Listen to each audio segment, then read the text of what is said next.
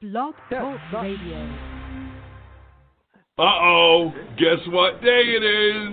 Julie. Huh? Julie. Huh? Guess what day it is? Guess what day it is? Guess what day it is? Anybody? Anybody? Mike. Huh? What day is it, Mike? Huh? Woo-hoo! Leslie, guess what today is? Leslie, guess what today is? It's Hump Day. Hump day! It's Hump Day. Hump day!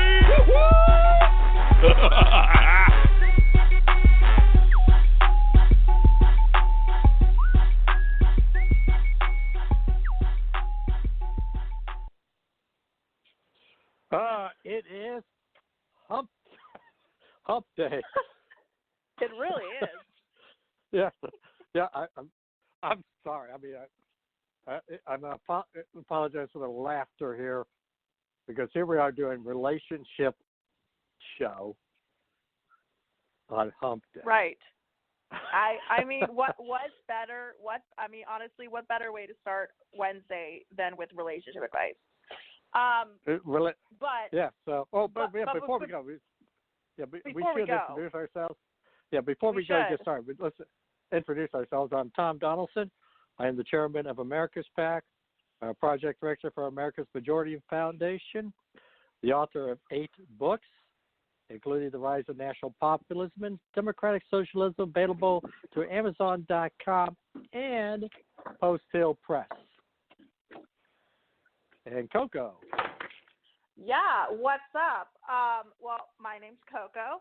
I am a writer. I also work in the entertainment business, and I just got, I am working on a website called Contena, and so if you guys, I can give you the link to that, and hopefully an article that I'm hoping to be writing for a very popular magazine will happen. So if that happens, you guys will be the first to know.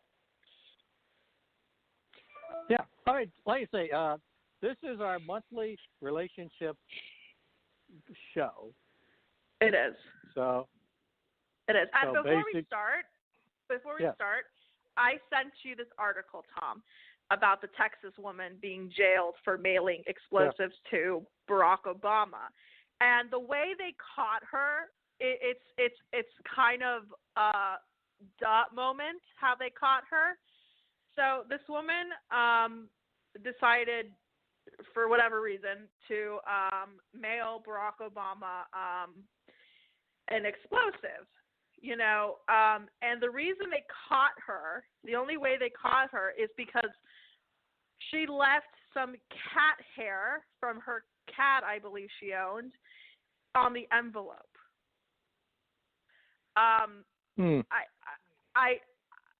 I've always said this, and I say this like to this very day. The reason I actually have dog hair on me is so if anybody tries to murder me and dispose of my body, it will be linked to my dog. Well, she's an idiot, and she obviously deserved to go to jail more than 10 years for this. I mean, it's ridiculous. She did this in July, and then after a cat hair found under the address label of the box where she mailed to the White House was tracked back to her. Unbelievable. So I just kind of want to talk about that because, whatever pet you own, it's very hard to get rid of cat hair, let alone dog hair. So I'm not sure what she thought, what she was thinking. Like she's obviously crazy, but if you're afraid that you're going to be murdered one day and want people to find your body, just roll around in some dog hair or cat hair, because that's how they're going to find you. That's how they're going to find you. Well, like I say, ladies and gentlemen, that is a safety rule from Coco. If you have a pet, it's absolutely. I'm very paranoid. Yeah. Well, I'll tell you the truth. Any more paranoia, I get very paranoid, like something's gonna happen to me, and most of the time I don't have my ID with me, which is like really stupid. But sometimes I don't take it, and it's like I always thought, like, what if someone decided to kidnap me and like murder me and dispose of my body? Well, my dog's hair would link me right to who I am. Yeah. Like it's a no-brainer. This is why you watch Investigation Discovery. That's another paranoia I have. But no, this woman's stupid. I'm glad she's in jail. I don't know what she was thinking. Like, I seriously don't, like, at all. I mean, why? Like, if you're that stupid, you're gonna get caught. And it's the White House. It's the White House. Like, you're not gonna, I don't know. Like, you're not gonna get away with it. They're gonna find you. Like, it's the Secret Service. Yeah. Well, I cannot say anything further than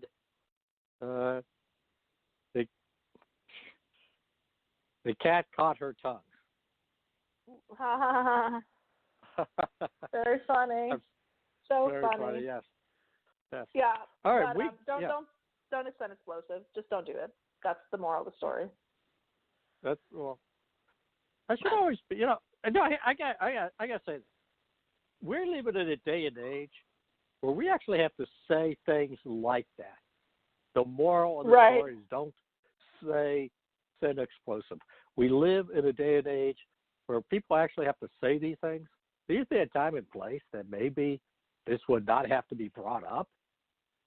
Right. But I mean, but if you're that stupid, like, you're going to get caught. Like, no matter who you're trying to, like, send it to, you're always going to get caught.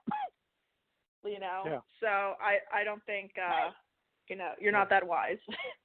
But anyways, moving on. Yeah. Moving on. Are we going to do the WebMD one? Is that the one you wanted to do first? Let's go to Healthline for better sex. Okay, Healthline. Yeah. All right. Well, let me explain this. Let me explain this first. So I was researching some really cool articles for those of you involved in relationships or not, whatever. And I came across some really interesting articles. And the first one is from Healthline. And this is going to push the reset button on your sex life. If you're coupled and stuck in a sexual rut, you're obviously not alone. There's a reason why we have the term dry spell, and I found some really cool tips, some of which, I have tried to help reignite passion if your sex life is lacking, but also if your sex life does not have to last for you guys to try this out. Honestly, it doesn't. And some of them are obviously not, totally sexual. Some of them are just things you can do together, like, for instance, go dancing or take a yoga class together. Yoga is a great way to how do I put this? Yoga is a very good way to help when it comes to, like, your libido or, like, even just tightening up some muscles. There's a reason why Sting started talking about the yoga that he's been doing it for like 40 years. And so yoga is, a really good connection with your partner. You learn about your partner's body. Sexually inactive people were prone to feeling sadness and felt unattractive. And a lot of them reclaim their sexual power by finding new ways to move your body, whether it's a dance class, yoga, Pilates, even pole dancing. I love pole dancing. I think it's an awesome sport. And yes, I do call it a sport because not everybody can do it. It's very hard. You got to use all your upper body strength. So, if you decide to take a pole dancing class with your partner, like, that's great. I encourage couples to really, go out and try new things together. You don't have to be with each other 24/7, but when you find things, common interests, it's fun to do those things with each other. Yeah, well, that's a good point. I mean, this is an excellent point to talk about. Well, I mean, because I do, I do once a week Pilates with my wife, and she does it like 3 or 4 times a week. And so Yeah. and we also do Nia once a week. Yeah. So, excuse me. So basically, this is, to me, this is actually a pretty good idea, and I kind of like the thoughts here. Is the yoga? Let me ask you this question: would you say that, let's say you work out quite a bit? Would, yes. would you include those kind of activities? I mean, physical activities beyond that? Yoga's hard. People think, when the first time I tried yoga, I was very young. I was like 15, and they were like, "Oh, it relaxes you." And my first class, I'm like, "How the hell is this relaxing?" Yoga's hard. It's not easy. Yeah. But at the end of your session or after your class or whatever, you feel very calm. And I've noticed that. And it definitely helps with those who have ADHD, such as myself. I noticed that I feel a lot more calmer, more balanced, if you will. So I definitely think, yoga is definitely a workout. So, absolutely. But, yeah, man, I got to ask you, because pole dancing. I mean, I've seen this, I've read about it, but kind of talk to people about the pole dancing. So, pole dancing is actually one of my favorite things as a workout, honestly. I have a friend of mine who was diagnosed with cancer, and when she just decided to take a pole dancing class, and thankfully she's in remission. She beat cancer like 5 years ago, and she just started doing hardcore pole dancing because it's a mental, it's very physical. And I mean, if you go to a strip club or a burlesque dance show and you see these girls, I mean, the upper body strength these girls have is incredible. I would say they have more upper body strength than most men, honestly. I mean, because you're pulling yourself up with like your stomach, it's a lot of it's the abdominal muscle. So you're pulling yourself up on that pole, and it's very demanding. It's very hard. It's not easy. It doesn't look easy. So I don't think, if something doesn't look easy, obviously I know it's not going to be easy. But it's a fantastic workout. You build muscle doing it, and it's fun. It's very fun. All right. Well, this is Tom Donelson, Coco Konsky, Relationship Show on the Donelson Files. On the Bachelor News Radio Network. Hey, this is L.A. Bachelor reminding you, if you're looking for real discussion on sports, politics, religion, and other topics, you need to join us on Mondays at 6 p.m. Eastern at WCOMFM.org, on Tuesdays at 7 p.m. at blogtalkradio.com/LA-Bachelor, and on Thursdays at the same web address. Follow us on Facebook at Pad Nation, on Twitter, Pad Nation, the number 2 at Twitter, LinkedIn, and you can email us with your requests, your comments, your concerns, anything you want at our email address at LABachelor with a T, BATCHELOR 40 at gmail.com. Follow us on Facebook and Pad Nation, Instagram, and of course, if you missed any part of our broadcast, make sure you go to thebachelorpadnetwork.com and listen and enjoy the Bachelor Pad.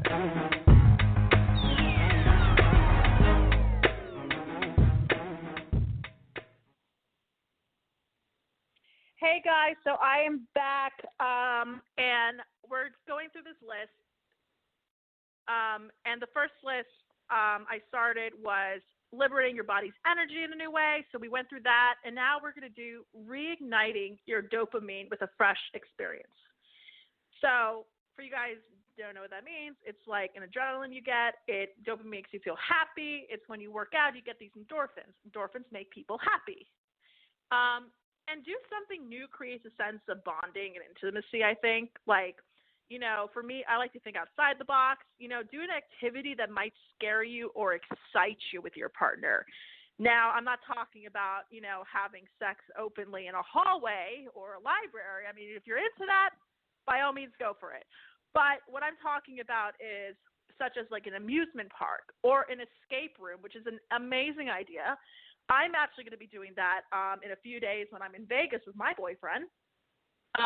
You create these like dopamine duplicate, same feelings you had in your honeymoon phase. The thing is, I'm still in my honeymoon phase. I don't feel like I'll ever get out of my honeymoon phase just because we're so alike and we do great things together. And going to the list, it's like escape rooms. Escape rooms are great because you're working together as a team. You go to, there's so many different types of escape rooms. I'm going to be doing a horror theme one of a zombie killer one. And the best thing about escape rooms is you're working as a team. You're not doing it solo. You're not relying on your other partner. You're working together as a team to escape the room. So I think that's an excellent advice. Something physical, like I will be doing something crazy in Vegas.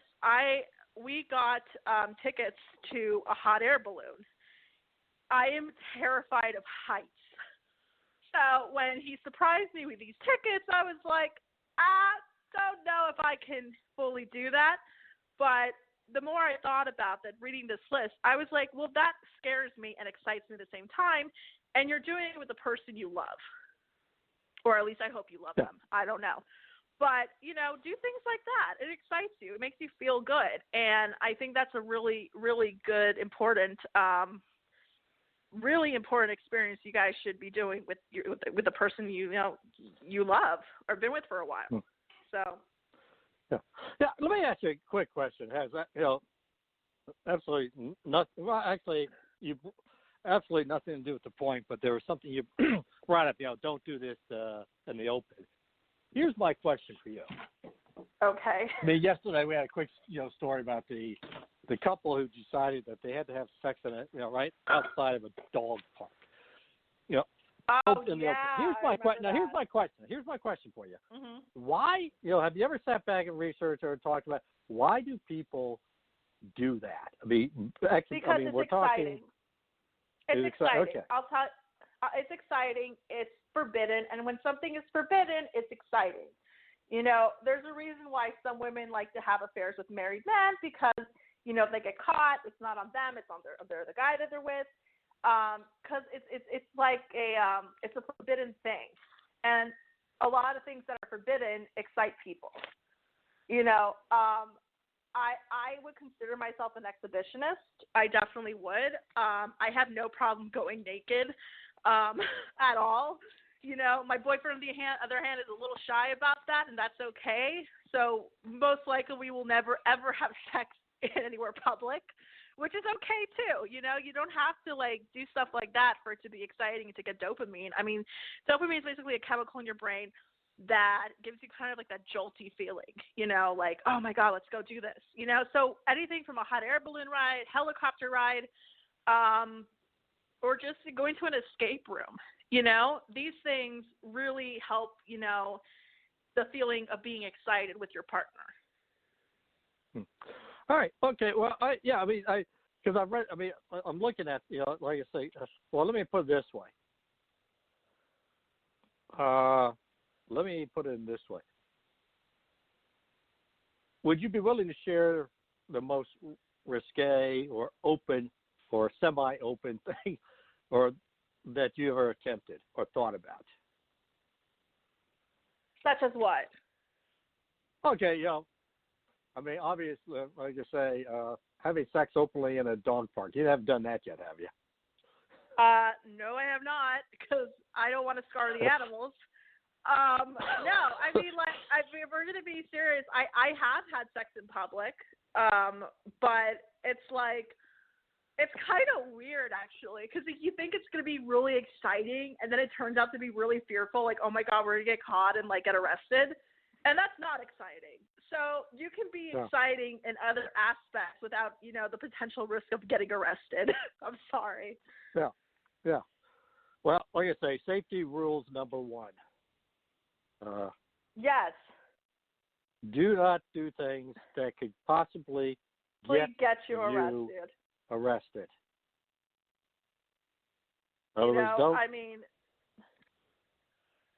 Yeah. So, okay, we have a caller and a good friend of ours. Yes, Laura Donna, how you doing? Yeah, I'm good, guys. How are you? Amazing. Real good. Yeah. Amazing. All right. Yeah. Yes. All right. Well, I'll tell you. Let's. Here's a quick question. Let's go. Real quick to Laura Donna, because we just talked about this earlier. Okay. About when it deals with sexual energy, and one of the things that this article that we're kind of looking at is like yoga. Sorry, I couldn't Pilates. take a look at it. Yeah. Well, let me answer we'll this just question. tell you. We'll just say, yeah. Well, I'll tell you what, Coco, you tell her, because you're the expert in this. So we oh, yes, I am. Well, we were talking about, we already went through two lists. The first one was body's energy in a new way, such as, for me, I like to do activities that my partner likes to do, and vice versa. He loves, to go to virtual reality games.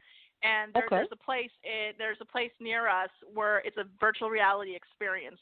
And we did that for the first time, and that was so exciting because it was new and it was it was fun to do. We were both very much into video games, and so I was talking about how basically you don't have to do everything sexual together and then that's it. There are other ways for your body's energy to hypen up. Such as yoga, dancing, or like just even like escape rooms. So I want to know what are your thoughts on that? Okay, let me understand that. So you went to so the idea of dancing, like you said, to hypen up the body, it's to do what? It's just to basically find new ways to get you comfortable in your own body. Okay, and the goal for that, it's what? And the goal for that is getting comfortable in your own body, but and to be connected to your partner. That it's something that's not sexual, and you could still be connected to them even if it's not a sexual activity. Absolutely. If you can do things together, that's one. If you have like interest in commons and you want to go dancing together, I think somebody told me one time that it's not really what you like, both. We both like music, we both like dancing, but it's the values that you have in common that are important. Of course. And sometimes you like different things. Sometimes you, like you said, maybe you want to explore and just things to do together. Which I think those things are one of the fun things to do, especially kind of at the beginning of a relationship. Oh, why don't we try this? Why don't we try that? I think it's a great idea. Yeah. Even after that, why not keep yourself curious? Sometimes when the other partner is not interested in exploring anymore. That's the problem. Yeah. Oh, absolutely. Yeah. That's why you got to get out there and explore with them. Yeah. Some people are not. Because I'm looking at your point number 3. Schedule a sex fact-finding night. And that kind of goes along with what you. Really oh my God! I don't agree with this one at all. About that. Yeah. I do too. I'll go first. I don't agree with this one because I feel like why do I have to schedule to have sex? I will never do that because and I've told them this. I was like, I'm always gonna want sex. There's no need to schedule it because I feel like it's a task, and I don't think sex should be a task. So that's my thought on it. I don't think it should be a task. So yeah. Do you want me to share? This is how they say it. Yeah, please. I'll get.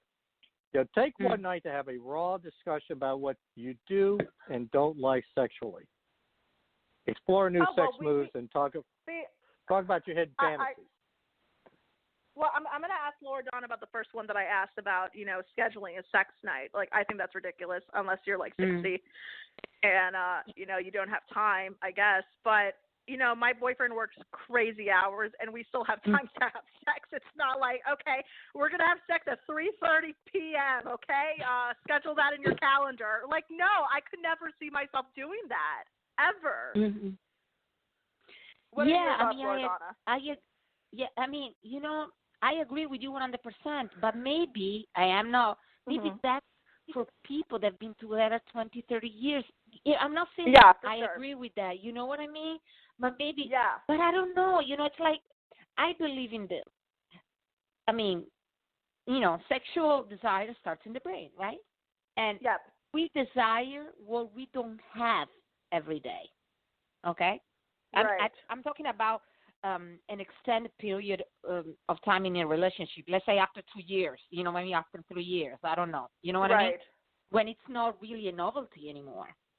I'm like, we as human beings desire a lot what we can't have and what we can't have every day. If a couple see each other every day, it's I believe it. I believe in my, oh, yeah. I believe that you cannot have the same spark or desire that you had at the beginning, because maybe at the beginning you saw each other once a week or once every, twice a week. I don't know.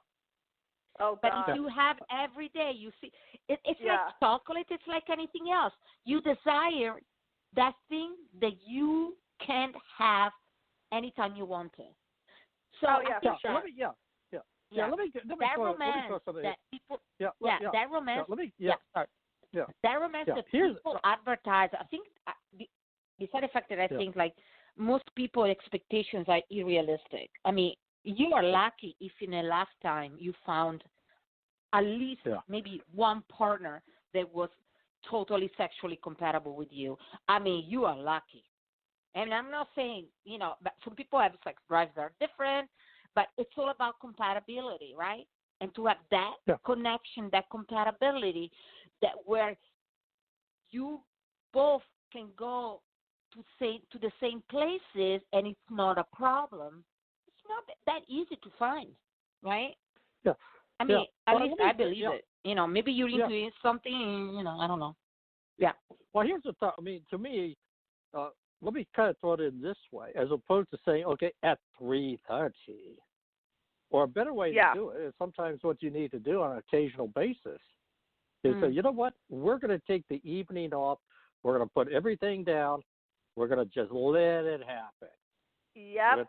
And obviously make it clear. And to me, that does, that to me would be acceptable. It's not, because sometimes you need that time where you can just simply say, you know what, we're taking we're going to take tomorrow night, dear. We're going to spend 3 hours at home. We're just going to relax, let it flow, put the fireplace on, and go from there. And that way you reserve that, because there are times and places where, you do have to have that moment, because, if you, in your case, Coco, I would have to assume that there's that moment where between your schedule and your boyfriend's schedule, you guys got a schedule, and you do need that ability to be able to say, you know what, this is it. We're just going to spend time. I mean, but here's the thing. I think here's the thing. Sorry, here's the thing. You remember, I want to go back to what Loredana was saying about seeing each other maybe once a week. I never had that when I first started dating him. I was over at his place I practically almost moved in within like a month of dating, and now we're actually moving in together. So we never been apart more than like 2 days apart since we started dating, which is But how insane. long have you been together? 7 months. Yeah, you're in the love phase. Yeah. Oh, yeah. I totally understand that. I get that. I am. I say it. So I there's some things on this list that I would never do because I don't have to.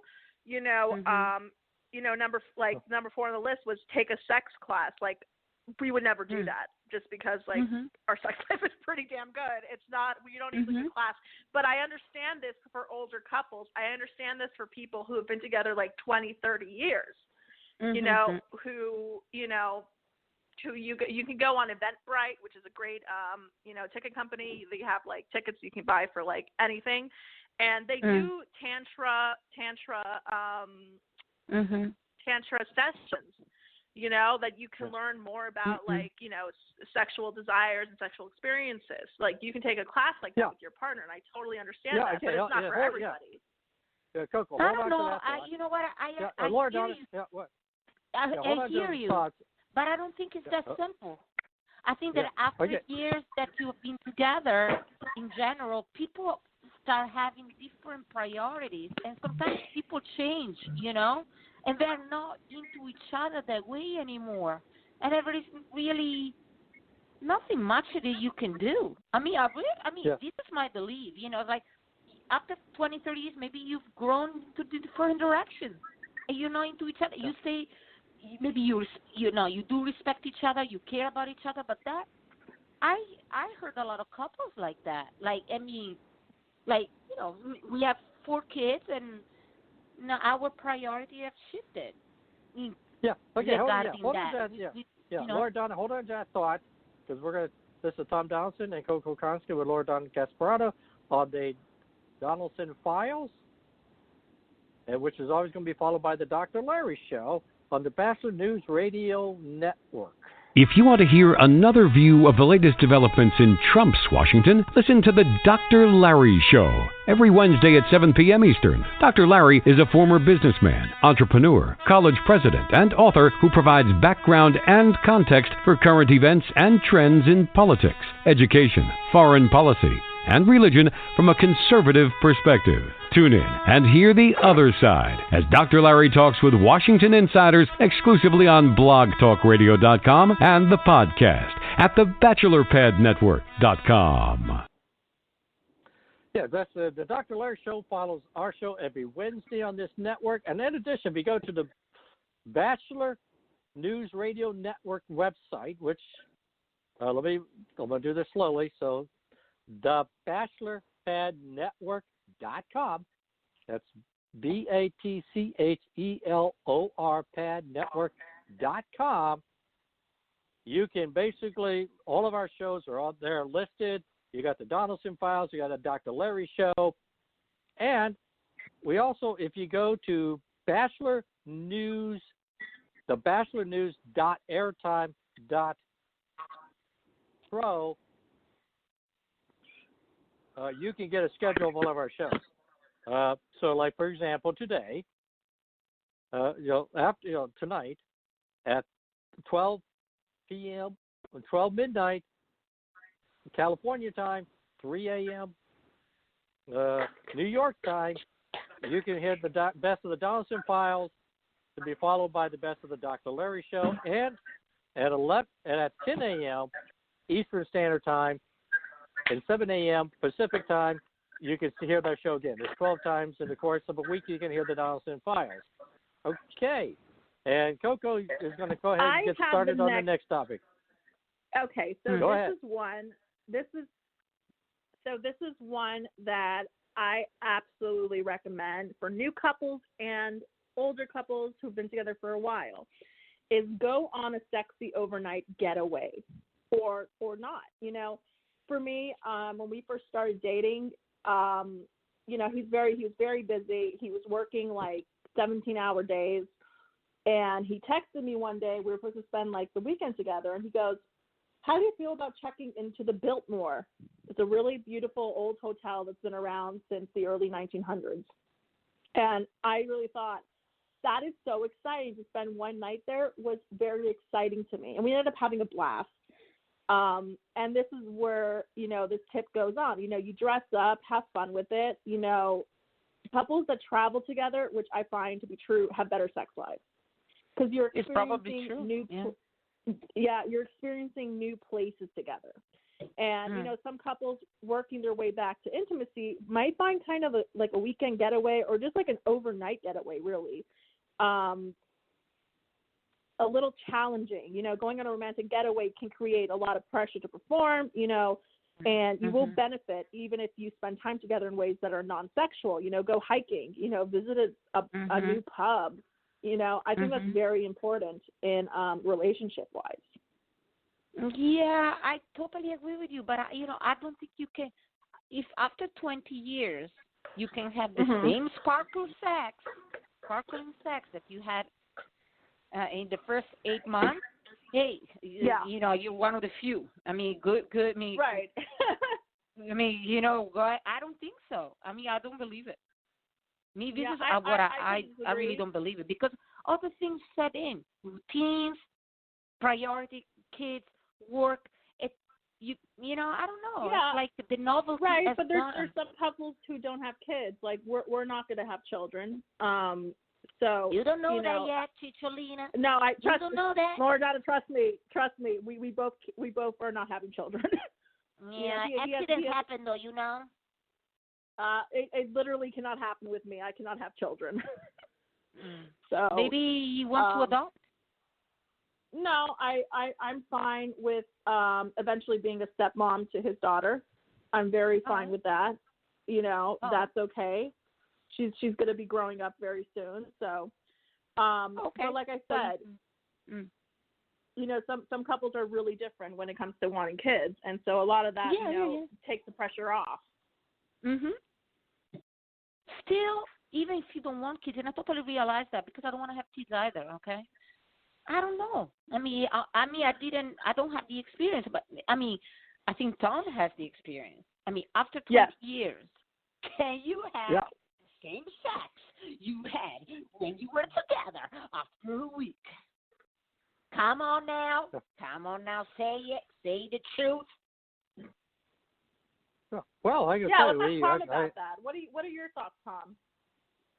Well, he's the only one who can answer. Between the three of us, he's the only one who can answer. I mean, here's the thing. Here's the thing. Because I will say this is that you when you have children in particular, you do need that time away, that planning, just to get away. And even now we still do that, because I do a lot of business trips, and sometimes we turn them into late night events. So and so those are the things that happen. Because like I said, my kids are growing up. Totally, I'm happy for you. But would you I say would the same thing? I would say you need definitely. To me, I kind of like the sexy overnight. You do sometimes need to do that, because trust me. No, I totally understand what you're saying. Yeah. What I'm saying is, are you? Yeah. So would you say it's the same experience as you had when you were first together? Come on. I mean, come on. No, no. Well, I mean, here's the thing. I mean, I would put it this way. If you look at me, like the first 4 years, we didn't have children until about, let me say, our fourth year of marriage. So we had that as 4 years. I was put it in this way. It's kind of interesting, is that it goes back to the point we talked about the Pilates, the yoga, and and quite honestly, I would say that my wife is probably as good a shape now she's been in years, because she does this, and it does add to the sex life part. So, So it's the same desire. You find it's the same deal. If you are, hey, God bless you. Well, the thing is, I mean, you go through it. I mean, I'll be honest with you. It's kind of like, the toughest part of it, for us, was about the time, I'm going to use the word empty nester. Okay, you wake up, you always have some child there. You're taking somebody to the, one of my youngest daughter was every weekend doing show choir. And so there's always there was activity, and all of a sudden you wake up one morning, one's just graduated college, the other one is at college, and you're by yourself, the two of you, and that's the adjustment, and it does take an adjustment there. And it took right. I mean, my stepdaughter is going to be, entering high school, next year. So, and I'm 31, So it's going to be very, they're going to be grown up soon. So, you're going to become an empty nester. But at the same time, it's like, every couple is different. Every couple, no couple is the same. Yeah. Mhm. Yeah. Yeah. I mean, Okay. What's point number 6? Mm. Coco. Well, point number 6 is something we did very early on in our relationship, like within a week. Get cozy and chill in with an erotic movie or porno. We have this thing where, we watch porn together. Like, to me, it's not a big deal. Maybe because I grew up in that age of, like, watching porn at a very young age. God, that sounds That's probably awful. true. Yeah. That sounds awful. But, you guys just, like, see what each other kinks are into. And that's the whole point of it, is to see what each other like sexually. Like, what are your kinks? And if you guys have the same kinks, like he and I have pretty much the same kinks, it's like, match made in heaven. And I think that's really good to do that, to explore. Yeah. I mean, if you're into it, yeah, absolutely. I mean, why not? I mean, I never had to, like I said, I never every did couple it, is but different. Every I couple never is did it. different. I mean, we don't need it either, but it's just something that's exciting that us both can do. Like, I'm not saying I've done this, but I know people who have made sex tapes with their partner. Oh, yeah. That's something that's a kink, and a lot of people get off on that. And if you guys, be careful with that. You have to have a level of trust of your partner to do that. Like, you have to trust them. Yeah. You have to have the problem an is insane the level problem of is trust. when you break up, Yeah, there is there is a documentary about that, like revenge porn. Yeah, They exactly. break up and use that against you. No, thank you. I'm not risking that. Well, you know what I mean? I'm not saying I've done it, and I'm not saying I have not done it. No, I totally understand that. What I'm saying, but it's something very sacred. It's very sacred. Yeah, because it's a huge trust level. When they break up, they get really mad. Yeah, and that's it the might happen. If they leak it, you're going to jail. So guys, don't ever think about doing that. Yeah, but whatever. Yeah, I understand that, but the shame, even if it's leaked, it's really, embarrassing. It's like I wouldn't want to take the chance to put myself I wouldn't find it through something embarrassing. Like I would, because like I said, I'm very, open, and I'm very kind of like an exhibitionist. So I really wouldn't find it embarrassing. I would never speak to that person again if they did that to me. That's why if you're going to do a sex tape, you need to have a level of trust with your partner that's like no other. So that's what I'm saying. I understand what you're saying. But then sometimes things don't work out and people get pissed off and they try revenge porn. You know what I mean? Let me say, I understand. Sometimes in the moment you do trust the person. But then maybe after 4 years, 5 years, 10 years, things don't work out, and the other person is going to use it against it. I'm telling you, I wouldn't take that chance. Me personally, no, even nude photos. No. No, it's too much of a chance. With social media, nowadays, like I was a nude model, okay, when I was in Italy a long time ago. There was no internet, so fine. But nowadays everything it's on the internet. I wouldn't want to do that because some people lose jobs because of stuff like that. It's like crazy stuff, I don't know. I also want to point out this article. Hold on, because we got to. First of all, remind everybody it's the Donelson Files, followed by Tom Donelson, Coco Consi. Laura Donna is joining us tonight on our relationship show. Thank you, Laura Donna, for being on. Yay. Join Barry Barnes for Locker Talk on the Bachelor Pad Network as he presents NFL news and evaluates players. Fridays at 9 a.m. Eastern at blogtalkradio.com.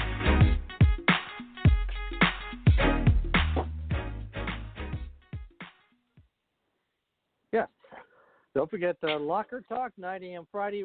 Also on the Bachelor News Radio Network, when you go on to bachelorpad.com, we have like I say, we have the shows running 24 hours. We got music running 24 hours. And Barry Barnes is noon Saturday, and he's on noon. So he's on 11 a.m. Sunday, right before the NFL game. So noon Saturday, 11 a.m. on the Bachelor Pad News Radio Network. And you can get on our website by going to bachelorpadnetwork.com. And now we're going to go ahead and continue our discussion on Relationship Week. And, okay, let me ask you this question, because I know, Coco, you've talked about this.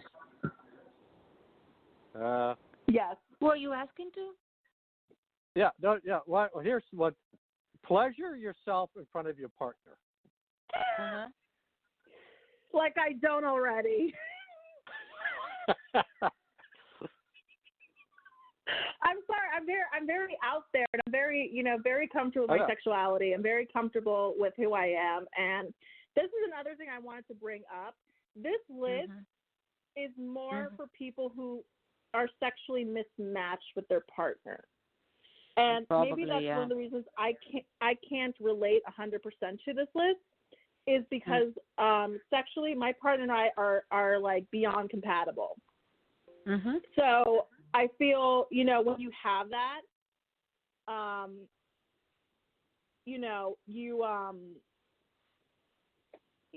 you're open to new things, right? When you're both like the same person almost, and you're so compatible with one another that you just go with the flow.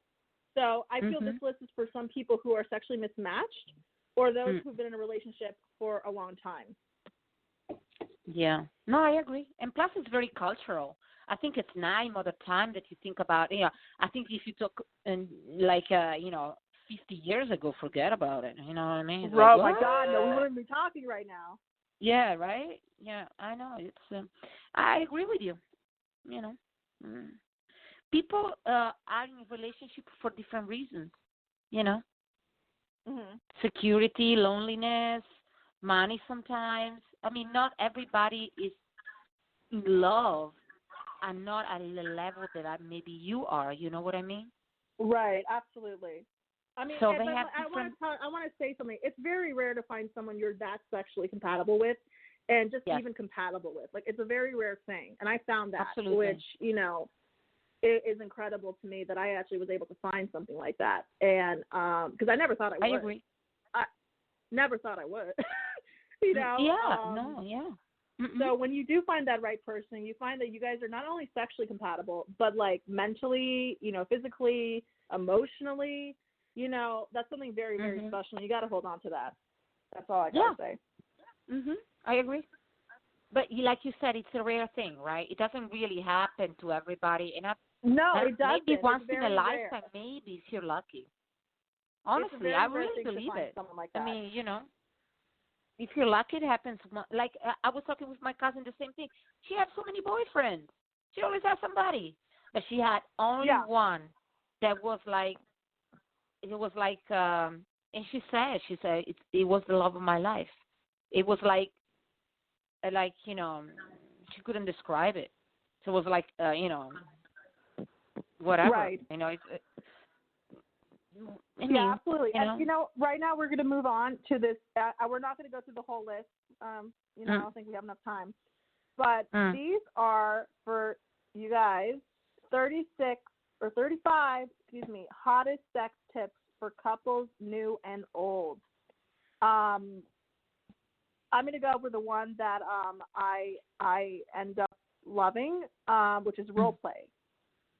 I don't think you have to be in a 20-year marriage to do some role playing at all. We started doing that within like 2 weeks of knowing each other.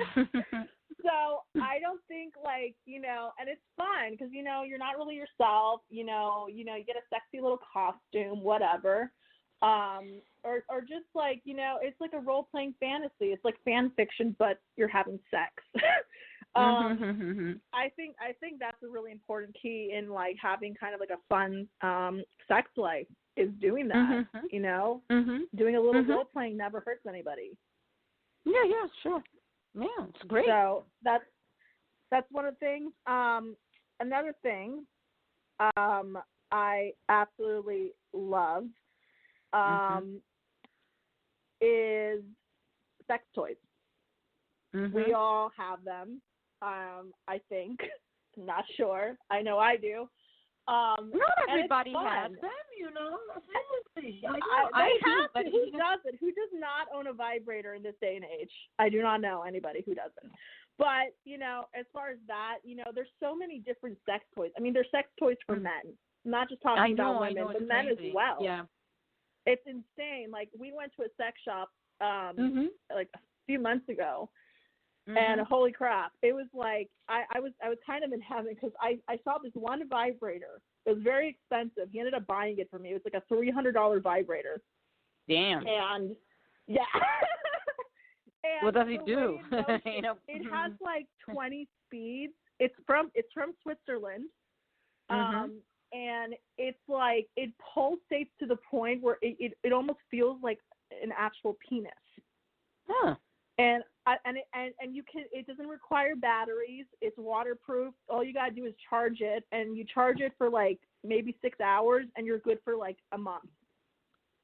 Well, that's why it's $300. Oh yeah, they're expensive. It's very expensive, but they're. Oh, my other favorite one that we ended up getting. It's called a Love Sense, and so this is really cool, guys. It works with Wi-Fi.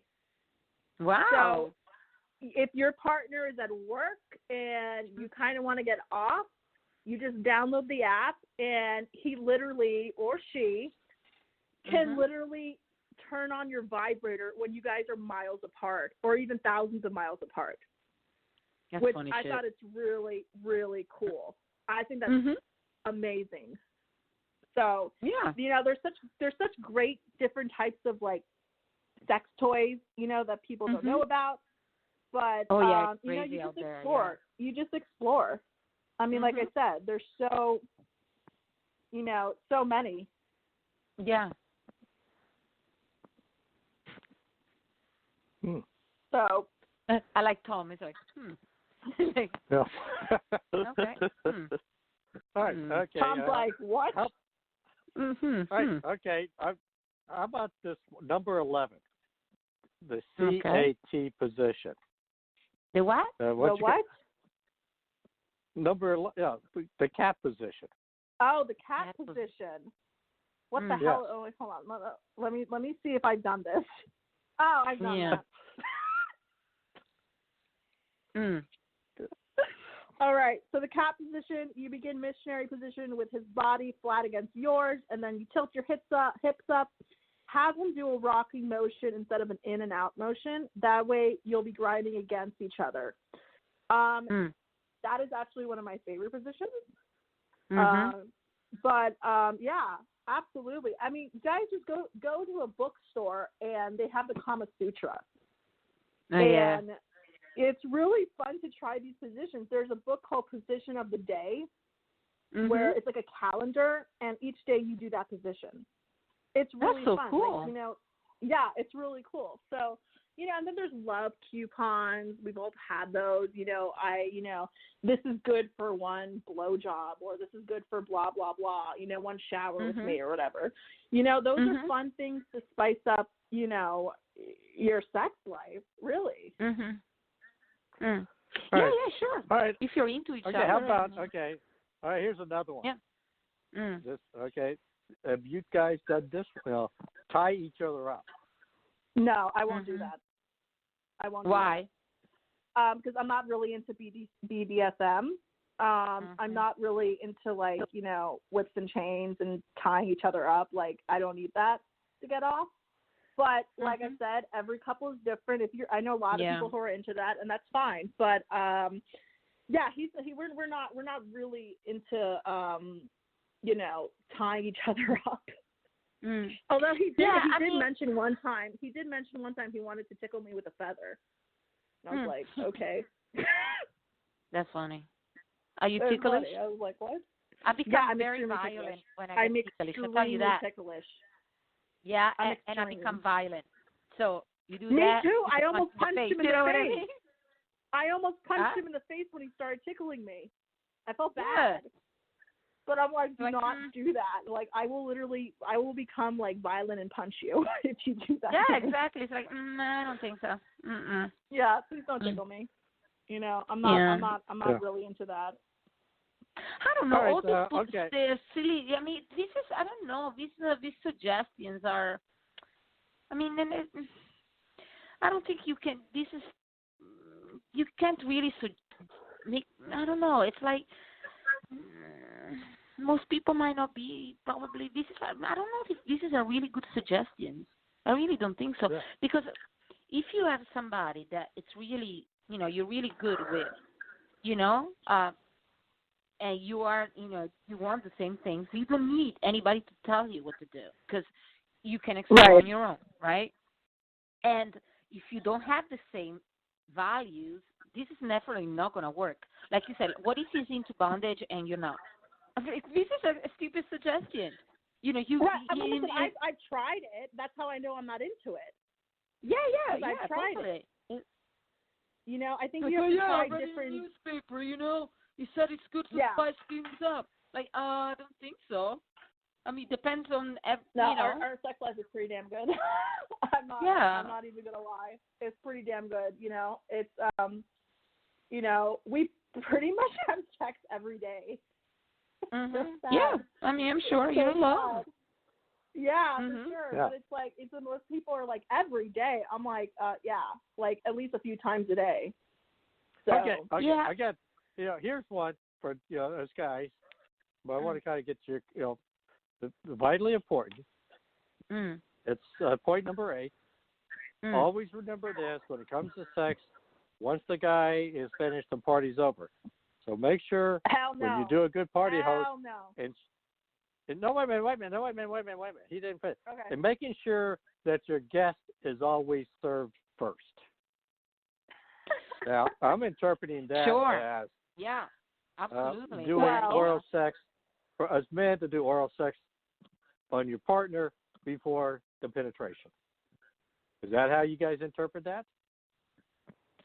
Well, okay, I think everybody really has a different idea. That's the ideal scenario, though. I mean, you got people. Let's say people meet each other at a bar, right? Right. You don't know each other, and maybe one of those people doesn't really care. They want just to get off for themselves. So yes, this should be obvious, especially if you care about each other. But some people don't give a damn. They just want to get off, and that's end of story. Yeah. Right? Yeah. I mean, this is what. I mean, ideally, yes, of course. I will add something really quick. My partner has never been me first, you second. It's always been me first, as in Coco first, and him second. So, and that's something I never experienced. I've always been with men who are just like, me first, then I'm done. Okay, bye. With him, it's like, I want you to get off. Like, don't worry about me. And again, very rare. But, I think when you're with someone like that, it's very important because, they really care about your needs and they care about you, obviously. They care about you. They care about you. But like exactly. you said, if you just date, most of the time you don't get that. No, because absolutely. People are just self-involved, Oh, for sure. So a lot of times you won't get that. Yeah. Yeah. Well, like I said, because let me see, this is to me the part of keeping a good sex life is remembering that both parties need to be satisfied, and that's. And sure. That certainly is a rule that I've always kind of followed, and that's why we're still we still enjoy it. But it's a golden rule to always kind of remember that there's two partners involved, not just one. Or what's the old saying, wham, bam, slam, thank you, ma'am? That's not going to keep your sex life moving forward if that's your attitude. I mean, what you say, it's ideal. I think a lot of people have other priorities. I really believe it. Like sometimes people fake it just to get out of it. This is ideal. Ideal, yes. Yeah. This should be like this. But people stay in relationships for different reasons. Yeah, I tell you what we're going to do. I'm going to have to cut everybody off because we got about less than 60 seconds in the Dr. Larry show. So, so what do you kind of tell everybody what some of the future programming is, Next week, we're still maybe working on a couple of things. We're not sure yet. But Coco is on her way to vacation time. Woo! So for the next Where 2 you weeks, going? for the next two, I am going to Las Vegas for 10 days. Ooh, wow, Vegas. she's Crazy yeah, Vegas. she's 10 days. There'll be 10 days incognito. She is not going to be having any contact at all with the rest of the world. I know But where she will on- be. Yeah, December the 3rd. On December the 3rd, Kyle Hester, independent filmmaker, is going to be the co-host joining me. December 4th, put this on your calendar, Laura Donna, because our good friend Lauren Buys will be a co-host on December the 4th. So you may want to put that on your calendar so you can join in and say hi to Lauren. Okay. Yeah, so Perfect. And at that point, I'm going to say this is the Donelson Files on the Bachelor Pad Radio News Network. Don't forget the bachelorpadnetwork.show.com. You can listen to this show again and again and again, because again and again. And I'm going to go from this point forward to say good night. And it's Good thank you, night. Laura Don, for joining. And it's now.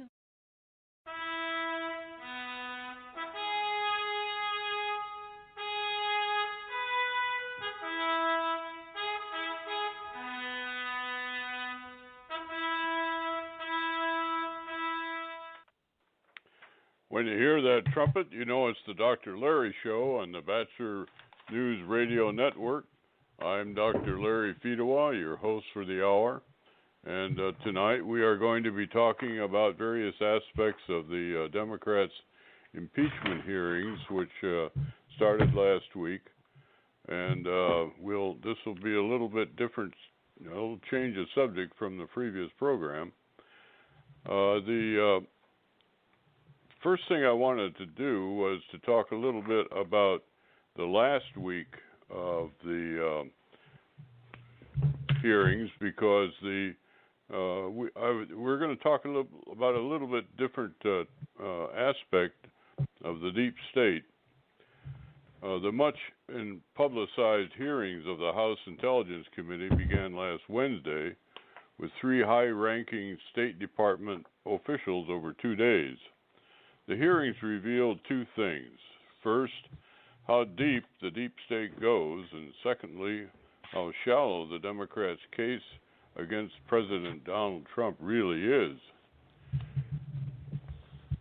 The deep state, there are thousands of honest, hard-working people in the federal bureaucracy who toil conscientiously every day to do the jobs they have been assigned. Among them are the first 3 witnesses called by Chairman Adam Schiff, Democrat of California, to lead off the public testimony phase of his impeachment inquiry. Their testimony demonstrated just how deep the, quote, deep state goes by revealing its characteristics. These people are sincerely dedicated to what they perceive as the official policies of the United States government. The fact that the policy they are dedicated to has been crafted by the senior career officers of their department is simply beyond their grasp. They believe and earnestly defend the unconstitutional premise that foreign policy should be non-political and that all key decisions and staff should reflect the ongoing strategy and practice which transcends the comings and goings of politicians. Unfortunately, this understanding is directly contrary to the Constitution, which they have been sworn to uphold.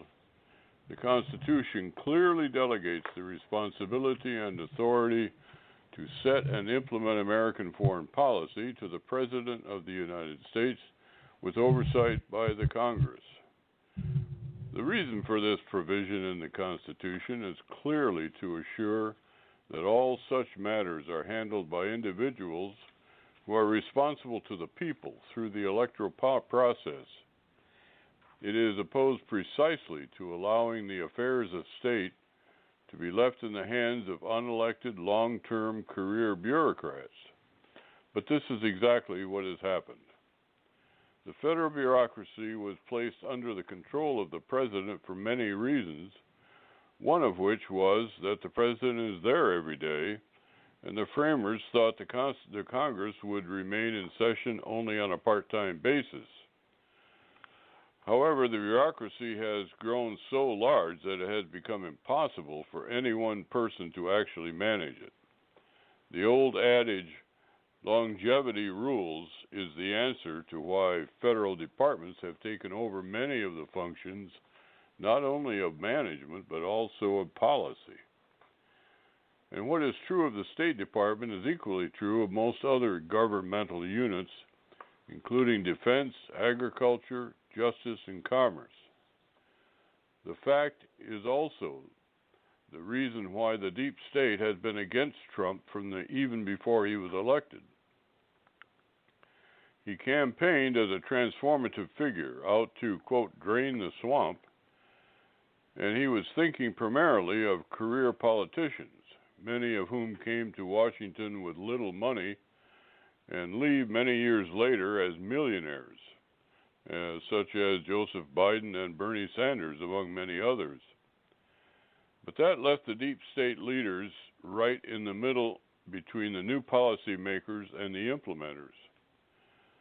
And nearly every facet of Trump's agenda, deregulation of the economy, immigration, lowering taxes, foreign policy, increasing military readiness, stopping endless wars, promoting school choice, and on, violated some bureaucratic dogma.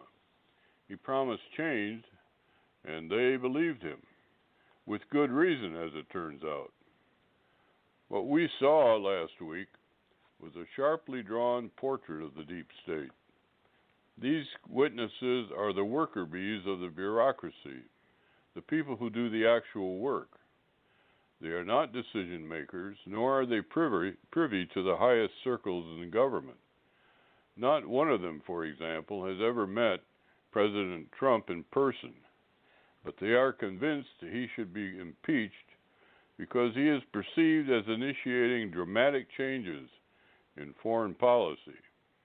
And those changes go against what they have been taught is the good of the United States by 3 generations of America's Cold War largesse, which President Trump is reversing. Not that Trump hasn't made some mistakes. Most seem to be attributable to his lack of understanding and respect for the sensibilities of the career Foreign Service. Had he campaigned among them, as he has among the voters, to sell them on his reforms in advance of implementing them, and explained to these witnesses in some detail what he intended to do and why, he might well have converted them. They are sincerely dedicated to carrying out their duties. But Donald Trump is not used to selling his plans to his employees. His business practice has always been to hold his cards close to his vest and keep people guessing what his next move is going to be. He has made no secret of his positions on nearly every issue during his campaign, and he thought that was enough. But people in Washington don't believe what politicians tell them during campaigns. Most of their promises never see the light of day. Not so for Mr. Trump. Once his intention is said out loud, he considers it a commitment. And a businessman must live by results. For them, talk is cheap. It is not surprising, then, that the ambassadors resisted the Trump approach. It was never explained to them, and they saw his unorthodox moves as being against America's best interest. When the Dems' narrative surfaced, carried to the public by a cooperative press, they were ready believers. As such, they came to be seen by Trump as enemies. Trump's enemies are shown no mercy. One could hope that President Trump, after seeing some of this week's testimony, would see beneath the words and change his mind. But don't count on it. The second takeaway from these hearings is proof of how weak the Dems' case against the president really is. I agree that he should not have attacked these people personally. He may also have been careless in his language and perhaps too aggressive in his responses to the entire situation. You're listening to the Dr. Larry Show on the Batchelor News Radio Network.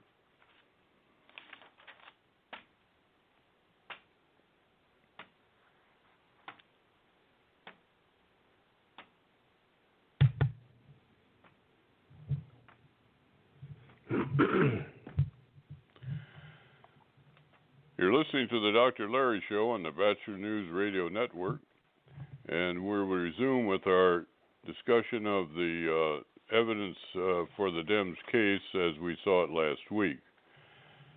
So the sad tales of two employees who got demoted, however distasteful, are therefore completely irrelevant to any charges of high crimes and misdemeanors. The president acted within his authority as president in changing ambassadors and his conversations with another head of state. He may have made some errors in judgment, more in his defensive actions than in his original series of incidents. But these witnesses provided not, quote, one scintilla of evidence, as President Obama said in the famous Bill O'Reilly interview on Benghazi, not one scintilla of evidence that any high crime or any crime at all has been committed by a president they have never even met. All in all, this entire incident is a shabby way to try to win an election. So that's my opening statement, and we'd like to welcome now our guest for the evening, Dr. George Landreth, who has been the president and CEO of Frontiers of Freedom, a public policy tank here in Washington. And George, welcome to Dr. Larry Show. Dr. Larry, it's great to be with you. Well, why don't we start off, George, with telling the audience a little bit about your background. I'll be brief. I'm not sure it'll be that interesting, but I've worked in public policy for 25 years at Frontiers of Freedom. Our founder was Malcolm Wallop, a U.S. Senator, served 18 years from Wyoming. And our goal is basically just to promote freedom and opportunity wherever and whenever we can.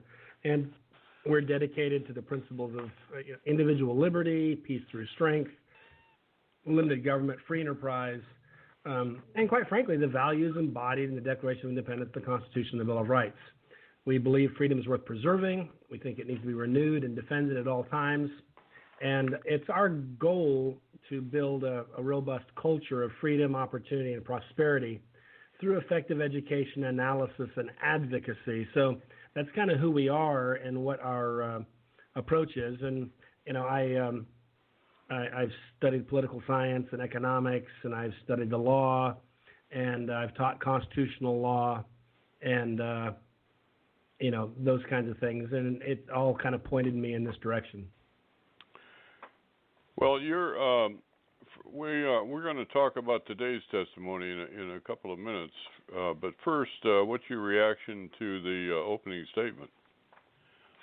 I agree with what you said. I don't find any fault in any of it. I think I've kind of described this hearing so far.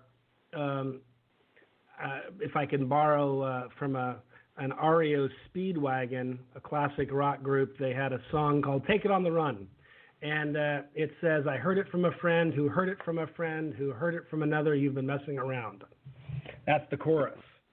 And this is the REO Speedwagon "I heard it from a friend" hearing. It's not an impeachment hearing. It's I heard it from a friend who heard it from a friend. It's a pretty fantastic, actually. As a lawyer, I'm stunned by what I'm hearing, and I'll say it this way. We actually have a transcript of the relevant phone conversations. And yet, what we're listening to is low-level employees tell you what they thought about it. And quite frankly, what they think about it is irrelevant. What matters is what was done. They can like it, they can dislike it. It doesn't matter. What matters is what was said and what the president was intending when he said the things that he said. And these people don't have anything to say about that. It's a little bit like if you and I had a contract dispute, and rather than entering into evidence the contract itself, I want to tell the judge how I feel about the contract, how it made me feel.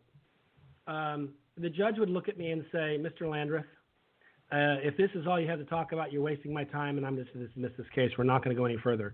It's absolutely, patently insane. This is, if this isn't a show trial, I don't know what one is, because none of what they're saying is relevant to anything. Just from a constitutional perspective, if we were to turn the tables, let's just pretend, because maybe someone says, I don't like Donald Trump, so I think this is very relevant and it's all important. Okay, let's change it, and let's say that this is a Barack Obama. And let's assume I work at the State Department, and he's just had the negotiations and signed the deal and sent literally, hundreds of millions of dollars in cash to the Iranians. And I say, I think this is harmful to the U.S. And in my opinion, it is actually. I think it's demonstrably harmful. And I say, therefore, he should be impeached. I don't know that you can't impeach a president simply because you don't like his policy. If it's within his power to do the things he's done, even if you think they're stupid and wrong-headed and harmful, it's not an impeachable offense. That's why we have elections. We have elections to determine what America's policy will be and what direction we'll go in. And so it never occurred to me when when Obama did what he did, that I should start arguing for his impeachment over it. I thought it was wrong-headed. I can't begin to describe to you how wrong-headed it was. I think time has proven that it was wrong-headed. But to actually give money to people who are the number one funders of terrorism in the world makes no sense at all. But it's not an impeachable offense. It's just bad policy. And so if these employees at the State Department want to tell me that whatever Donald Trump was trying to accomplish is wrong-headed, that's fine. But I don't care what they think, any more than Barack Obama would care what I thought about the Iran deal, because that's not relevant in an impeachment setting. Well, today they were trying to tag Gordon. This was a little bit mixed up, but basically he wanted to the ambassador to the EU, who got involved at the Secretary of State's bequest, right. Gordon Sondland. He basically said that he assumed that one of the conditions of getting the two things. They were talking about the visit of President Zelensky of the Ukraine to Washington, and secondly that they wanted to have. They assumed and presumed that the president wanted, as a condition of that, and the second thing was that they had to have. There was a $400 billion defense grant that was pending, and that he wanted to have that declaration of a sincere effort to investigate whether the son of Joseph Biden was involved in some kind of a bribery deal with the Russian conglomerate. So, anyway, and finally, after a whole day of talking, Mike Turner of Ohio really nailed him when he got him to admit that nobody on this planet had ever told the ambassador that that was a condition for proceeding with both those favors, and then he finally said, the one time you ever talked to the president about this, when you asked him what does he want in return for releasing the money and doing the investigation, and the president said, nothing. I want nothing. I just want him to do a good job. So that kind of invalidated a whole day of testimony, and it's just I can't agree with you more that it's a very flimsy basis for any kind of impeachment activity. But right. Impeachment was supposed to be removing people from office for committing high crimes and misdemeanors, not because you don't like the approach that they've taken on something that's within their power. I don't, if Nancy Pelosi increases taxes, I disagree with that policy. But you can't impeach her or remove her from office over that. All you could do is try to remove her from office using the electoral process. And that's the problem I see here is basically, and the other thing that I find very interesting, and I do not take the left seriously when they tell me, oh, but he was trying to get Joe Biden, he was trying to get a foreign government to help him take on Joe Biden, who he fears running against. I'm like, well, one, that presumes things that are not in evidence, but at this point, let's just take that for the statement for what it's worth. Not much, but we'll go ahead and deal with it. The reality is Joe Biden did that and more, and the Democrats didn't care about it. We have him on videotape in his own voice bragging to us that he told them to shut down the investigation of the company and fire the guy that was doing the investigation of the company that was paying his son millions and millions of dollars.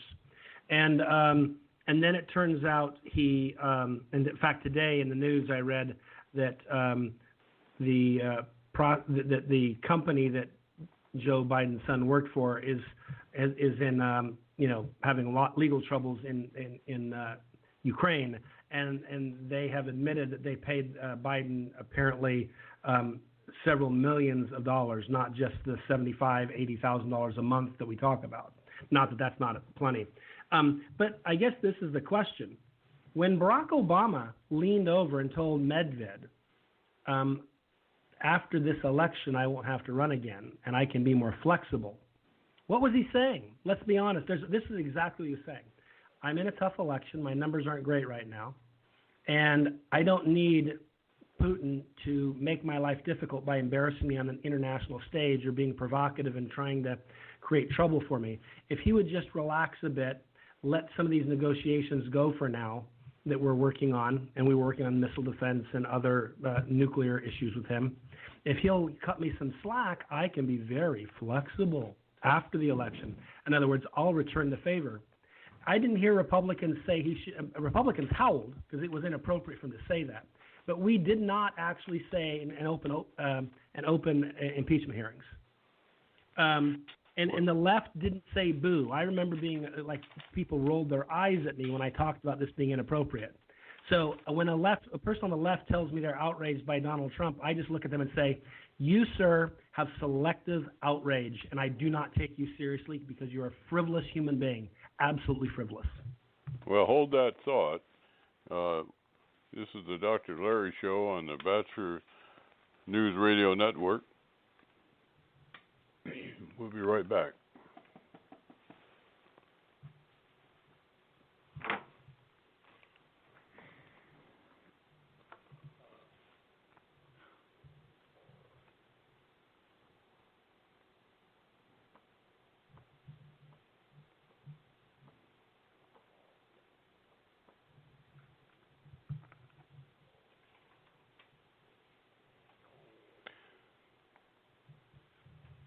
You're listening to the Dr. Larry Show on the Bachelor News Radio Network, and we're talking to George Landreth, president of a Washington think tank. George, what do you predict as far as what are the Democrats going to do?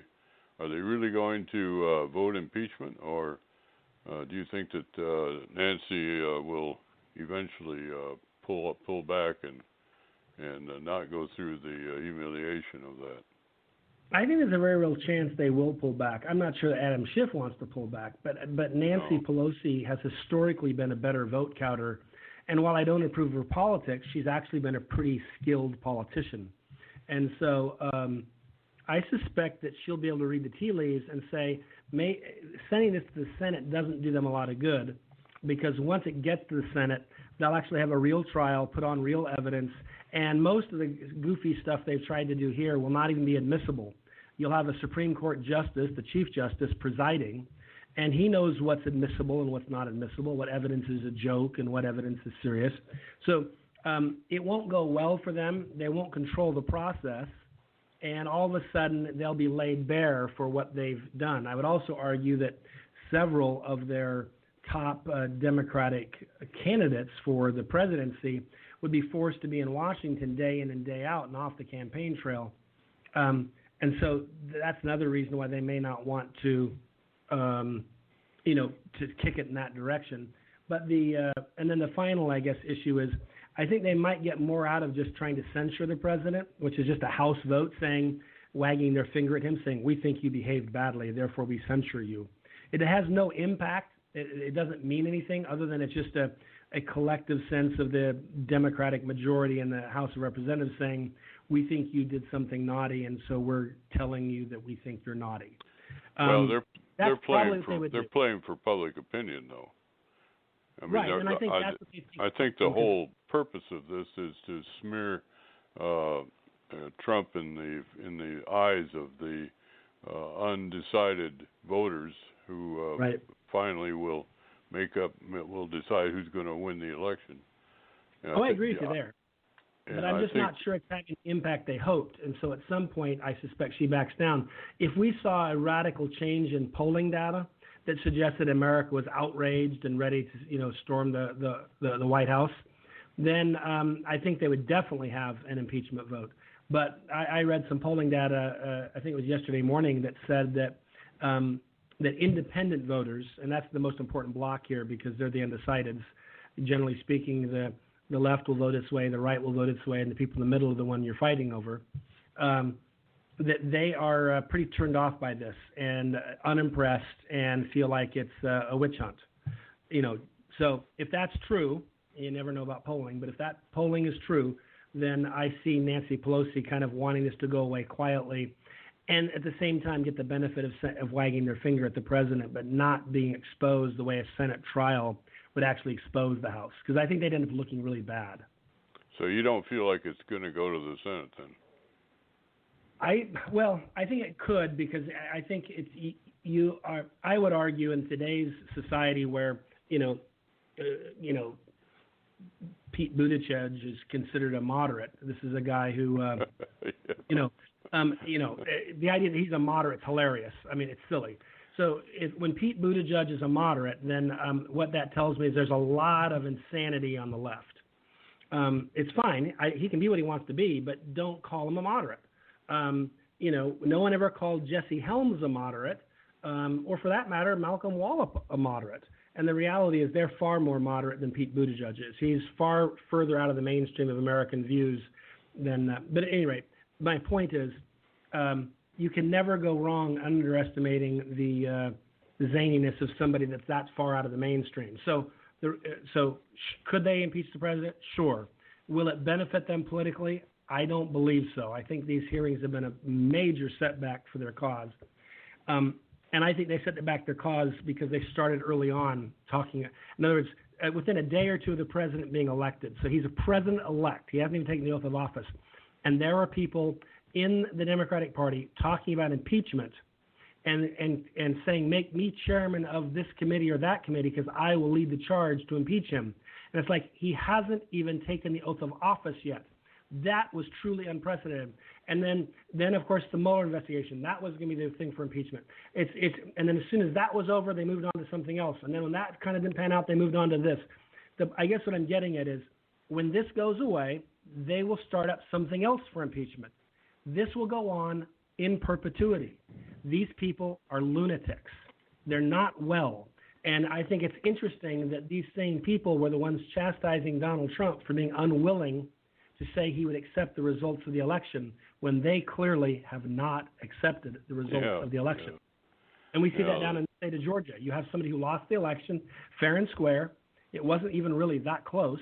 And to this day, all the Democrats act as if it's a gospel truth that she would have won but for cheating or voter suppression. It's like, no, she lost because she was ridiculously out of the mainstream with the average voter in Georgia. Well, they're in her bailiwick tomorrow night in Atlanta. Yep. And what do you think about the case? I should say the lineup for the debate. I have to say I think it's a pretty underwhelming crowd, and what I mean by that is you've got Bernie Sanders, who people don't understand. When you call Bernie Sanders a socialist, you're not calling him a name. He self-identified as a socialist a long, long time ago. So you're just calling him what he says he wants to be called. And then you've got Elizabeth Warren, who is also a socialist, even though I don't know that she will freely acknowledge that. Clearly she is. She and Bernie are kind of two peas in a pod. But the reality is, I just don't see. Where's the centrist? They've gone to the extreme. When you have Barack Obama, who is no centrist, telling the Democratic Party, be careful, don't go too far to the left or it's going to cost you the election, then I think Democrats ought to wake up, because he was a pretty far left candidate himself. He did a good job of hiding it from the public, but if you look at his policies, he was no moderate Democrat. And he's now warning them that they've gone too far. And I think, I don't every day cite or agree with Barack Obama, but here he's dead right. Yeah, I misspoke. I should have said tonight. It's actually going on a little while from now. Yes, yeah, you're right. Good point. Yeah, at 9 o'clock Eastern time. Well, we're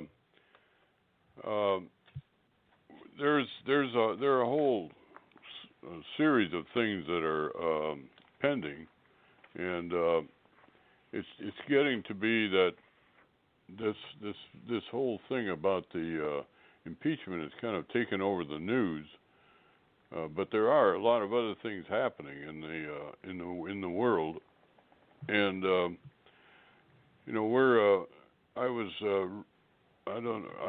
just going to change the subject on us a little bit here tonight. I was reading a book, an article in the Federalist this morning by Willis Krumholtz about the wealth disparity and particularly. He starts off his headline as why the right should care about income inequality, and that's a subject that I've been talking about a lot lately. And his first question, basically, or his first assertion, is that it is true that there is a great disparity, and he goes into, he's an economist by trade, and he goes into a lot of detail as to prove that. But he also comes out with the main conclusion that I have come up with, and that is that it's really the main thing that's falling behind is the wealth. It's not just the wage, which has been pretty static for the working people of America, but it's also the fact that much of their wealth was tied up in housing, and in the 27 and 8 so-called Great Recession, a lot of that wealth was lost and had not been recovered, And in fact, the Republicans have really resisted even the assertion that this disparity is real. The Democrats have, I believe, they have a good point, and I am not happy to see that the Republicans are in fact trying to retain the trickle-down economics theory, which frankly has not worked and never will. But I'm open to other ideas, and I suspect that you probably have some. Well, in my experience, there's always going to be some income inequality. We could go to a completely socialist/communist regime, and they have income inequality there too. I think everybody expects that. Yeah, and so one of the problems there is that government bureaucrats will decide if you're an oligarch and a friend of Putin, then you get to be rich, and if you're not, you don't. In fact, he might even poison you. But so the question is does the marketplace sometime, an NFL quarterback, are they really worth $30 million, and is that reasonable? My attitude is, I'm sorry. It's $100 million now. Well, yeah, I guess it depends on the quarterback and per year, not necessarily the whole life of the contract. But anyhow, I guess what I'm getting at, though, is I'm not going to defend that as that's the right outcome. But it's the outcome that people collectively, we all, I don't mean you and me personally, but as a society, agree to pay them because we buy tickets, we buy the products they endorse, and so forth. And if we stopped, then they wouldn't make as much. And so on some level, maybe we have to reorganize our priorities so that, some guy isn't paid $100 million. I mean, but we have more power here than we think. I think the real issue ultimately, as I look at it, I kind of see it more from I just look at like my children growing up. And will they be able to afford a home? Will they be able to work and, support their family, or will society and the rules have changed in such a way that they're no longer able to do that? It's not realistic. And I see that happening, and it concerns me. So I don't deny there's problems there. The question is what's causing them and how to fix it. And I would argue that opportunity, we need to be an opportunity society. And we have too many policies in place that rob us of opportunities, and as a result, they lock in place, like regulations. Who usually supports more regulation? The answer to that question is people who are established players in the economic system, because it cements in place their position, and it protects them from competition and so forth. And I would argue it's the same thing in many other instances. The people who benefit the most from... Hold that thought, George. Okay. You're listening to the Dr. Larry Show on the Bachelor News Radio Network.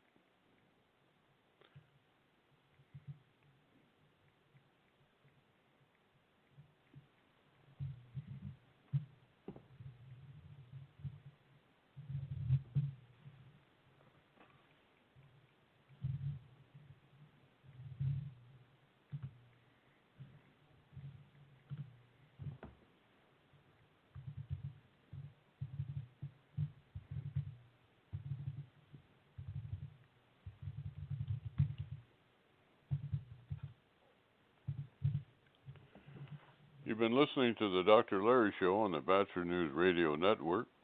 We're talking to George Landers of the Frontiers of Freedom think tank in Washington, and we're talking. We've expanded our scope a little bit to start talking about something other than this impeachment nonsense, and that is the wealth gap that has occurred in the United States over the past since since the 70s when we went off the gold standard. And I think, George, the other issue is that we are not. It's not just a question of trying to let the market take its course, because we have in fact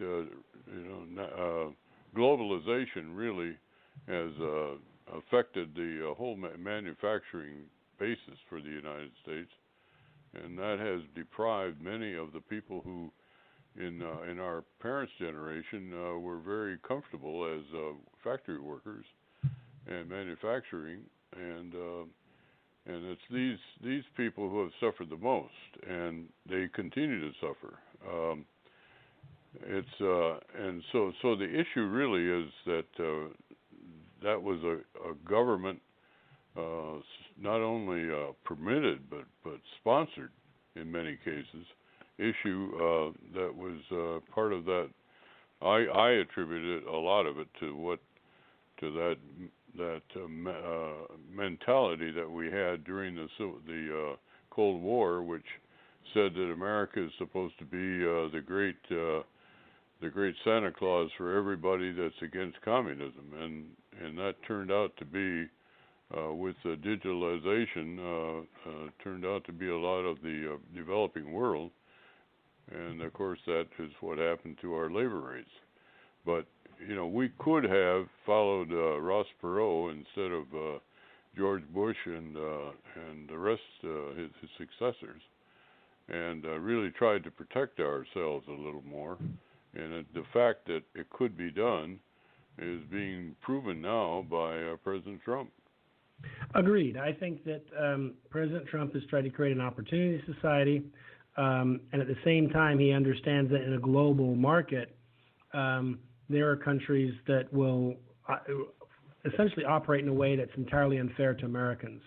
And what I mean by that is,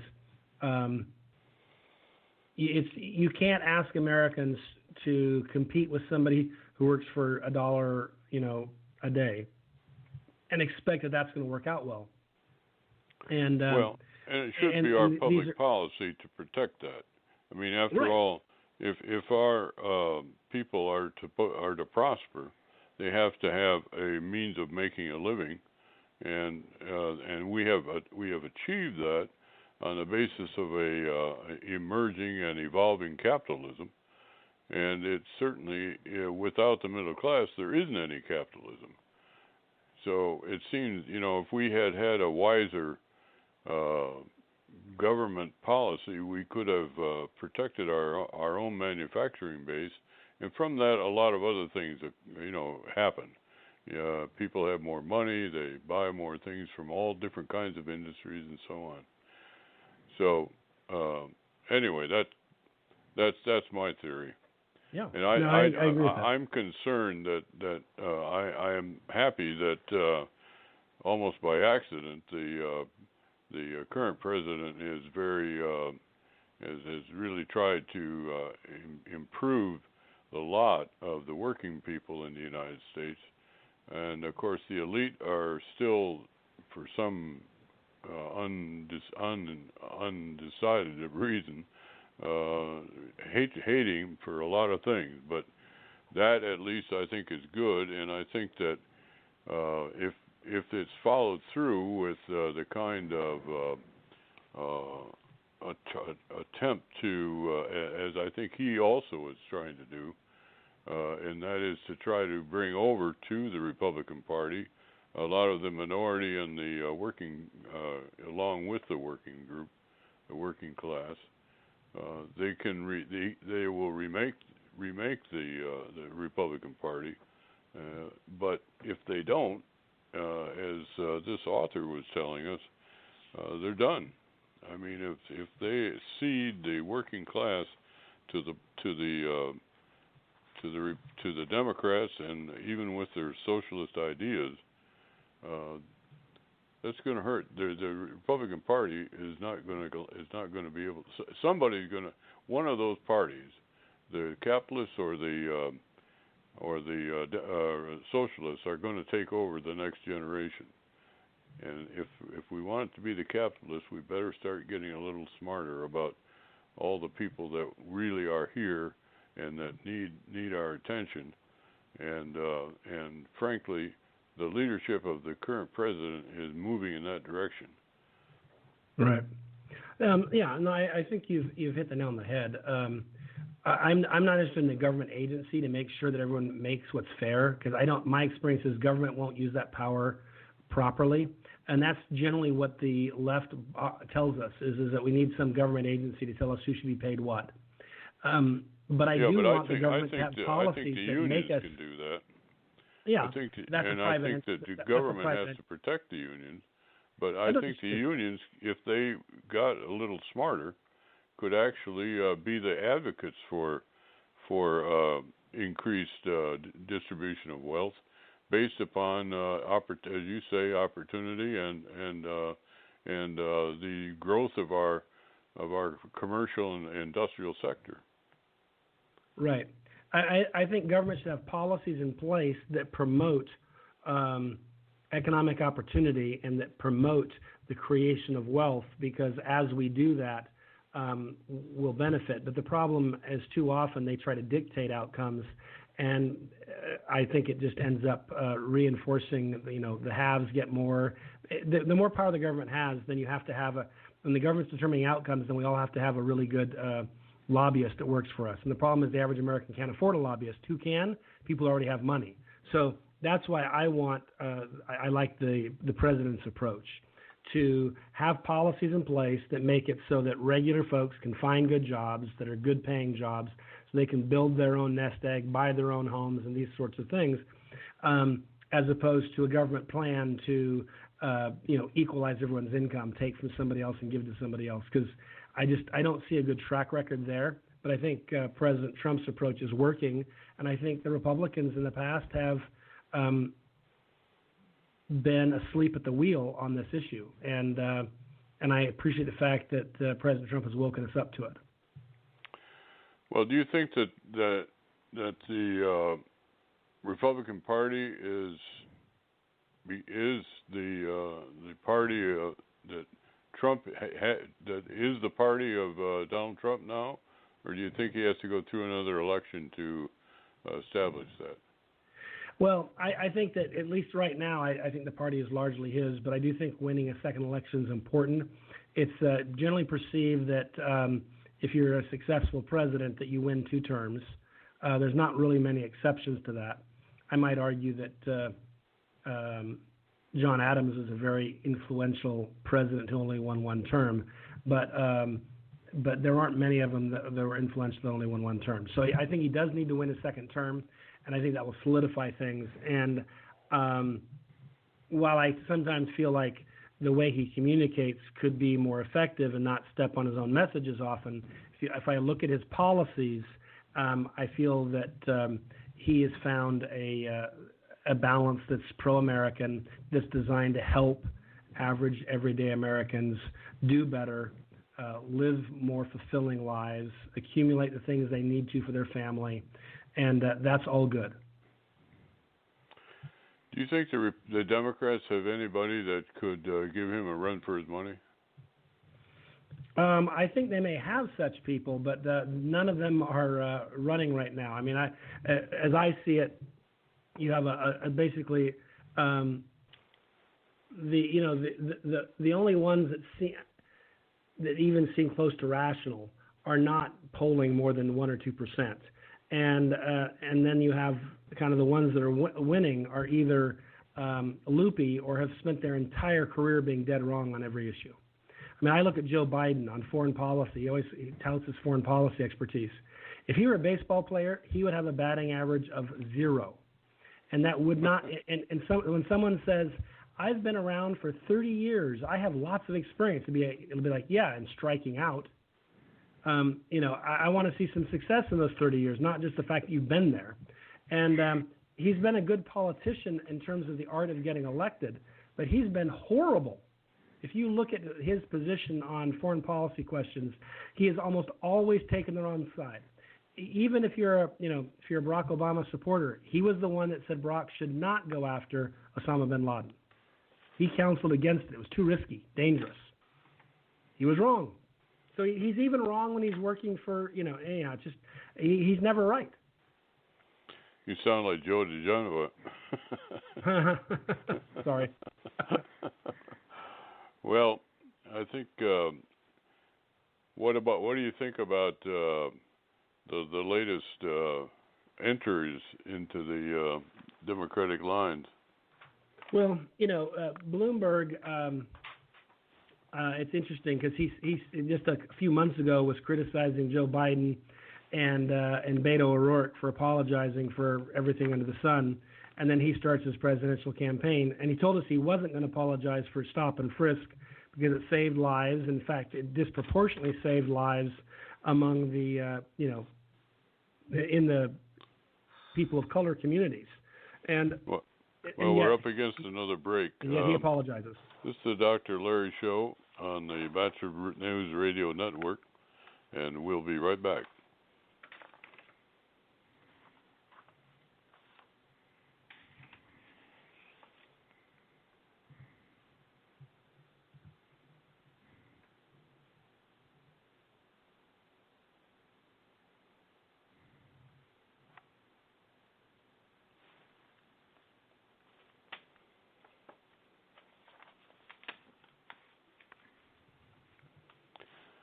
You're listening to the Dr. Larry Show on the Bachelor News Radio Network.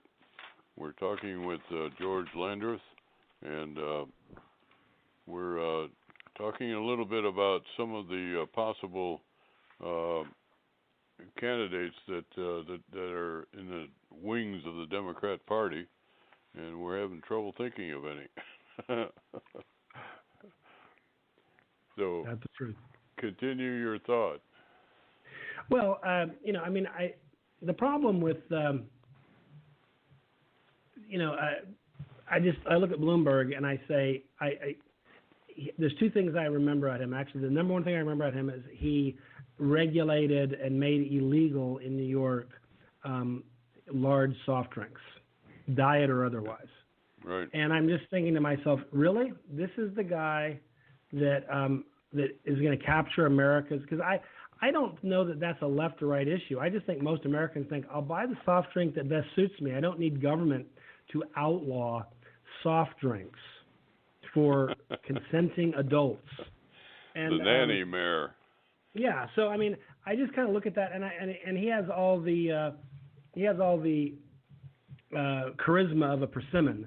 So I don't see him going anywhere. Even though the reality was, I think in many respects he was a reasonably successful mayor.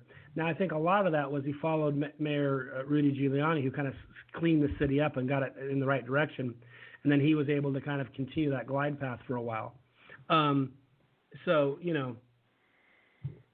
Anyhow, in general, I just kind of scratch my head and go, where is the constituency for the guy who wants to outlaw soft drinks? And I don't see one. I don't know what that constituency is. So I think he makes no difference. No one cares. What about Mr. Patrick? I think Deval Patrick could pick up some steam. I'm not sure he will, because I do think getting in late is a problem. But a number of the front runners, while they might be doing well in, like Buttigieg is doing well in Iowa, but he's doing horribly in South Carolina. Right. And my understanding is someone like Deval Patrick would do better there. So we'll see. I still think that getting in at this late game, this late part of the game, is it's a difficult task. So I think Deval Patrick has some potential, but I think he needed to jump in, 6-8 months ago, not, last week. Well, we're the other campaign that I've been on, and I have been luckily joined by some rather distinguished company, is trying to change the healthcare system in America, and we felt that the Democrats are really onto something when they talk about the need to have a new health care system, and of course the Republicans have been amazingly inept at trying to get some kind of a replacement for Obamacare, and we felt that there might be an opportunity to try to push a free market health care system, and we started some effort here to put together some very cogent types of proposals, including my first step is to get employers out of the picture and let people do their own negotiating and their own formation of groups and so on to become the consumers of their own health care, which in turn would cause them to become much more sophisticated consumers and that much more knowledgeable. But we have a whole series of podcasts on YouTube that people can look at and listen to if they are interested in this sort of thing. We have we're representation from the insurance companies, the medical profession, the political side, and we are also have the two authors of the very popular book, Our Healthcare System is Killing Us, which is a rather provocative title, but these guys are real scholars of this whole subject. So that's kind of the things that I'm really pushing right now, and I'd like to give my guests a chance to have some final thoughts about whether they, of anything you might like to say to our audience.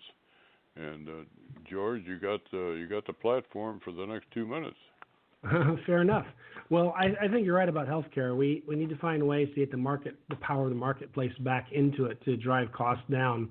It is instructive that elective surgery, for example, has been dropping in price, but everything else is going to the ceiling. And elective surgery is the one thing that is basically just market-based. So I agree with you there. We need to figure out ways to do that, because otherwise we're going to bankrupt ourselves trying to inefficiently do it all poorly. But I would say that just, one issue I've recently been working on, and it's only given a minute, but I think we need to, on the idea of competition, we need to use the power of competition to drive costs down and increase the quality. And I would argue that's very important even in our military contracting. And so one of my fears is the Pentagon looks like it wants to let a cost-plus sole source contract go out for the next ground-based strategic deterrent. It's the replacement for the Minuteman ICBM. That makes no sense to me. I think we have to see a world in which everything we're trying to do is bringing out the best in us using competition. You wouldn't expect an Olympic runner to give us his best performance just one day when he's working out in the morning. He's going to give us our best performance, or she's going to, in the race with other top performers competing. And that's when you see world records broken. And I would argue that's what we want with our healthcare. That's what we want with, with our nuclear strategic deterrence too. Well, from the other side of the table, I would say that the only way that is going to work in the favor of the American people ultimately is to have a much more sophisticated buyers, because the procurement in the government generally is in the hands of what they call contract officers, who are generalists, if that, and they don't seem to know which way to go on the technical merits of any proposals. So what they do is they go for the cheapest alternative, and that has in fact degraded the quality of federal contracting significantly. And I say that as somebody who was in that business for a long time. So, but at any rate, George, tell us how people can follow you and find out what you're doing. Sure. I work with a group called Frontiers of Freedom, and our website is ff.org. Pretty simple, ff.org. You can follow me on Twitter at G Landreth. That's GLANDRITH, Glandreth. And those are certainly ways to keep up with what I'm working on and thinking about. Well, we certainly are pleased that you were able to join us tonight, and we enjoyed your commentary, and we thank you for your appearance. For those who are interested in finding my work, you might take a look at drlarry.com and drlarryonline.com, and also on the website for the Bachelor Radio News Network.com. The podcasts of all our programs are on there. Plus, we also have a number of podcasts on the YouTube under the various titles of Dr. Larry Welcomes and Dr. Larry Fedewa and Lawrence Fedewa. So we're now at the end of the program, and we're going to sign off tonight. This is the Dr. Larry Show on the Bachelor News Radio Network. Wishing everybody good night, and God bless the listeners, and God bless America.